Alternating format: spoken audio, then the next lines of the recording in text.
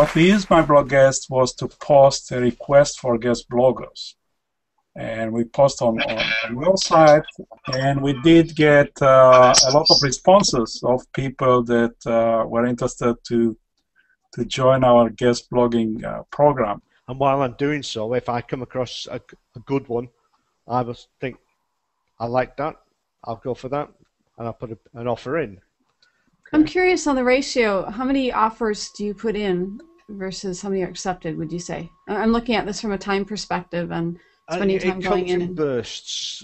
Usually at the weekend I do a lot more. And I put in perhaps a dozen articles, a dozen bids, and I'll get 9 or 10 of them. I also get links into my sites, which I'll just type in, from the writers, because the writers are promoting their own posts, and obviously that comes across as natural linking, which what we're all after. Those are the main things I get, aside from the fact that my visitor numbers are increasing. The past month they've doubled, and I haven't done anything different. The only posts I use are top quality posts from MyBlogGuest. Would you say that 100% or 98% of your articles are from MyBlogGuest? 100%. 100%. Tell a lie. They're either from MyBlogGuest or from people I have met through MyBlogGuest. How often do you publish an article? 2 or 3 times a day. A day? Oh, wow. I couldn't keep up with that amount of content with all the other things I have to do. Well, as a publisher myself, I get a hell of a lot out of it. I get 2 or 3 articles a day for a start, and they are good. You know, they're good enough. They're better than I can write, and I am very, very happy with that. One difference I notice is the articles I get through the gallery are way, way better than any that I'm offered outside the gallery.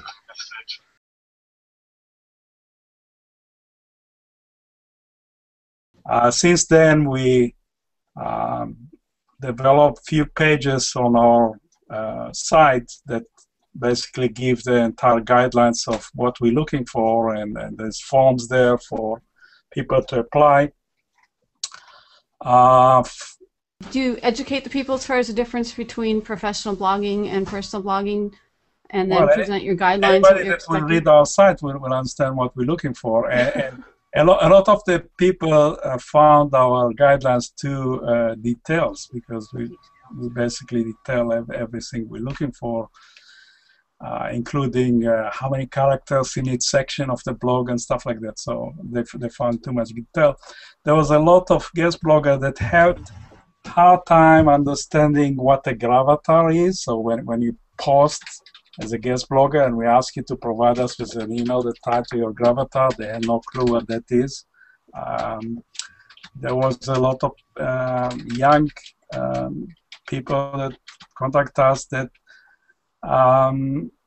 had no idea of writing a bio that it's a business quality bio. So basically, we asked them, send us a bio that we can include on your profile when we put you as a guest blogger. And they wrote, oh, I like to talk to my friends about nice people. I like to ski and snowboard. Okay, well, that's not going to cut it on a business quality blog. You need to, and some of them didn't have LinkedIn profile. They didn't have anything, any online presence that tell us what are their skills or what they do professionally. I said they maybe had a Facebook page and something like that. So that's not going to cut it in the business world. So really, it would be a good idea if everyone had a profile on LinkedIn. Perhaps I'm getting more real people rather than article writers logging on, which is what the site is about. I'm trying to be a useful site to real people in the real world. And MyBlogGuest has helped me to be that. Part of my aim on the site is to get regular visitors who will log on every day or so, and they will see what new posts have been put up. Okay. I have everything from people searching for yeast infections to pregnancy breakfasts. I'm stuck on the yeast infection to chocolate. That yeah, the two don't go together. And my object is to give people something that they will find useful. It sounds, Phil, like part of your objective is to create almost a community, like you would have a subscriber base for a Women's Day magazine or something like that. So they come back. So even though there's links possibly to articles off your site, they're coming to your site so they can find quality articles on the site and also the recommendations for other articles. I wouldn't say it's so much a community. I haven't got time to run a community. But as a hub where they know they can always find something. And like I say, I have got an increasing number of return visitors, which is my objective.